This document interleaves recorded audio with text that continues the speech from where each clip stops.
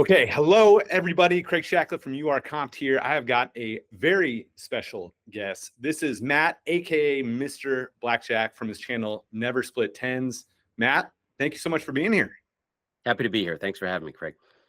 Now, right off the top, what are your coordinates? How do people find you? What channels and platforms are you on? Yeah, so primarily YouTube. That's where most of my audience is. That's where most of my live streams are. It's kind of the easiest way to get in contact with me. Watch our live streams. We've got daily live streams called Coffee and Blackjack. And you can also see us on Instagram. And then you could also head over to neversplittens.com where we've got tons of resources. If you want to better your blackjack game, you can watch the Blackjack Academy Masterclass, take the certification test, take you all the way from beginner to card counter. So that's neversplittens.com. Now, how did you get started in this space as a content creator in the casino industry? Yeah, it's interesting. So, I mean, I've been doing this all my life. I've been playing blackjack since before I was 18 years old, a very long time ago. And I used to host these parties. People used to come to my place. We used to play blackjack. I used to teach them how to play blackjack. And 4 or 5 years ago, I was like, well, why don't I put this on YouTube? So, I mean, I've always played blackjack, and a natural extension of that these days is to put it on social media. So I decided it would be a fun idea to teach people, and it kind of took off right away. Now, how hard was it for you, especially at the early on, to find places that would let you play at the tables and film? Because even, slots is a little bit ahead of tables in, the permissibility of it, but it seems like tables, it's still a fight. Yeah, it was definitely harder at first, but now that, I've got that subscriber base, they always look at me and they say, okay, well now, you're somebody, therefore it's a lot easier for you to say, okay, I'm going to come over and you're going to let me, and, we're going to play together and we're going to set up at a certain time and we're going to block off a table and that kind of stuff. So it's become very easy at this point, but it wasn't always that way. Now, do you remember a first piece of content that went viral where you're like, all right, this Never Split Tens thing's got legs? Yeah, so I mean, it was kind of progressive, right? But I will say there's one interesting story, and it happened about 2 months ago. So not 5 years ago, but about 2 months ago, and it really kind of changed something for me. So it was this one hand where I'm playing online. I'm playing 3 hands, and I've got $10,000 a hand, and so it's a $30,000 hand. It's a big hand. So I've got a 20, I've got a 13, and I've got 2 9s for 18, and the dealer's got a 6. But I'm doing a live stream, so I'm not realizing that that's 6. Maybe because of the 2 9s, I'm seeing it as a 9. So I actually play the hand wrong. I hit the 13 and I don't split the 9s. So what happens to this hand? I end up winning the hand. So it was like a $60,000 hand. It was perfect. It was awesome. Except I got murdered in the comments because I didn't split the 9s and I hit the 13. I got a 7. I got a 20. So what happened with that video is I got 2.4 million views within about 2 weeks of posting it. And it's because I played it wrong. And it's so weird. It's like I get more views because I play the hand badly than I normally do with all my videos where I play perfect strategy and I teach people how to play. So that was kind of one of the most interesting viral videos that I've kind of had. And is that because the YouTube algorithm sees all these comments and it just starts posting it more? Engagements, exactly. Comments are engagement, and then that kind of drove up the views, right? If more people are commenting, they're more engaged in the video, they watch the whole video, it kind of all works together, right? But the fact that I play bad and it does good, it's foreign to me, right? But it ended up working.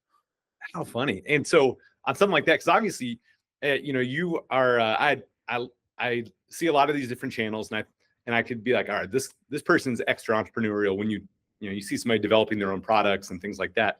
So obviously you sell a lot of great strategy guides and things to help make people a better blackjack player. So when you play the wrong way, is there something that you're doing damage control in the comments? Like, hey, I know I did like, what do you do there?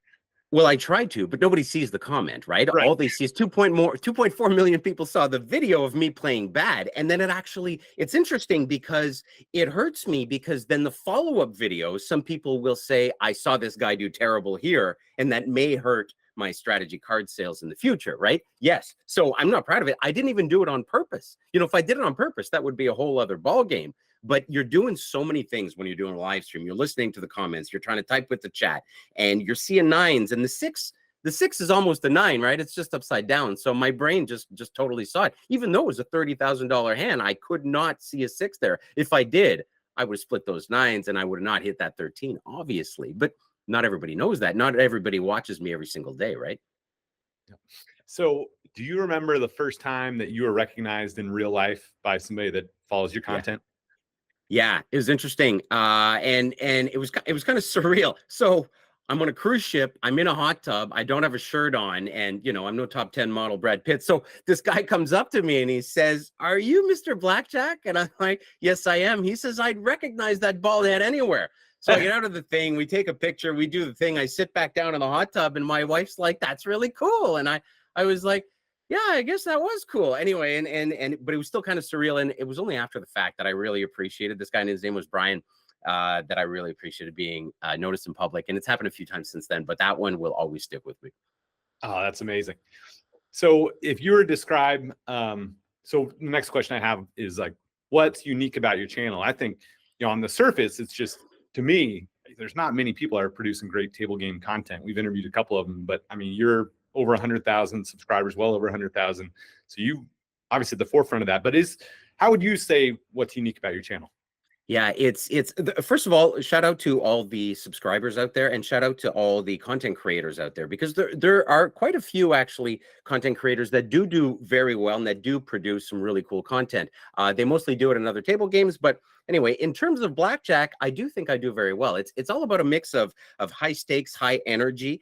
Blackjack is what people like, but they also come for the education, right? The fact that we play basic strategy, we explain how things are done, and we explain how if you would play a hand 1,000 times, you'd be better off playing it this way rather than this way. And we also talk about the psychology of Blackjack, and we really try to better your game. So you're coming for the entertainment, you're coming for the action, but you're going to leave with a little bit of knowledge that's going to better your game in the long run. So that twist is kind of what makes me unique.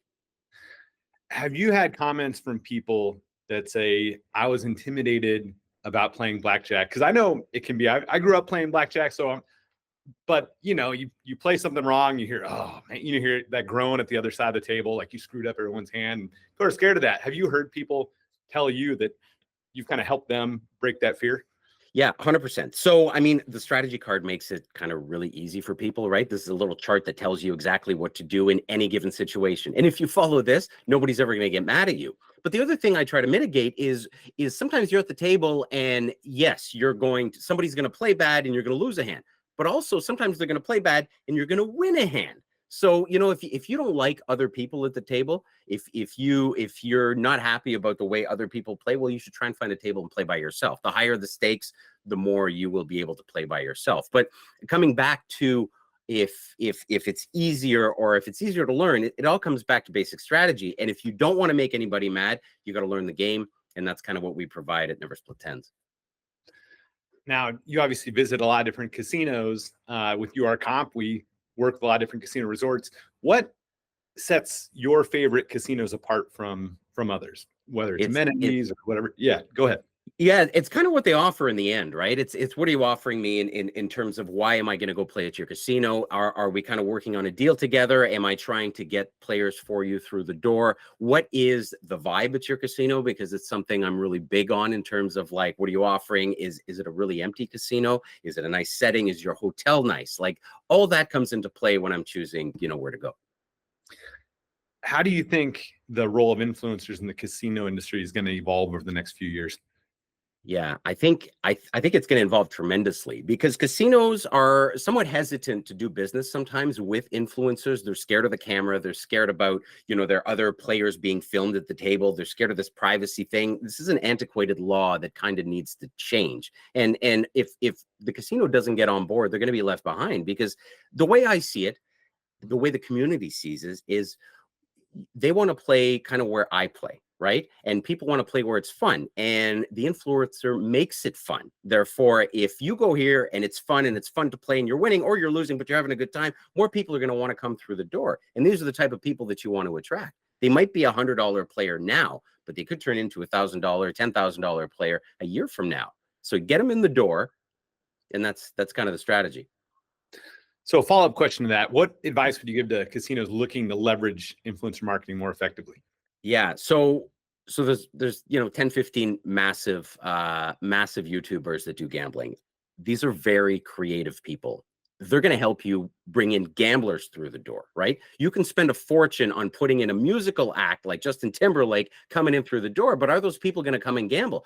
No. So go to the people who have the gambling audience, come up with a strategy, say there's a new game you want to promote. The influencer is the absolute best way to do it because you got to teach the game. You got to promote the game. And what better way to do that than having a captive audience that's going to watch you for 30 to 60 minutes at a time, right? No other commercial will do that for you. You're talking about a captive audience for 60 minutes playing this game at this location where it's available. So, I mean, just get in touch with the creator. That's the best advice I can give you.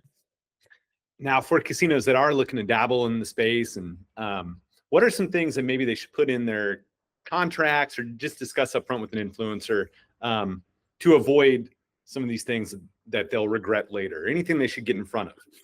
Well, I think it's the do's and don'ts. It's what can I film? What can I put on camera? Because we're used to pushing the edges, right? We always have to be on the right side of YouTube. We have to be on the right side of Instagram. We can't, talk about the online stuff too much. Therefore, what are the do's? What is it that I can do? What is it that you want me to do? And then, just put it clear in the contract. Have a nice long conversation is usually what it is, because an email conversation, you're not getting everything out. You and me, Craig, we could have emailed back and forth 100 times, but we wouldn't get to know each other. Nothing like this conversation here, right? So that's the most important part, is just everybody clear on either side and then move forward. And there's also a trial and error period when it comes to online streaming, and you can track these results very easily.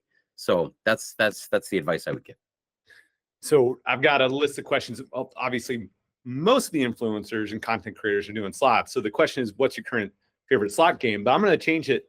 Are there any bonus bets on Blackjack or any of those things that are tacked on that you enjoy?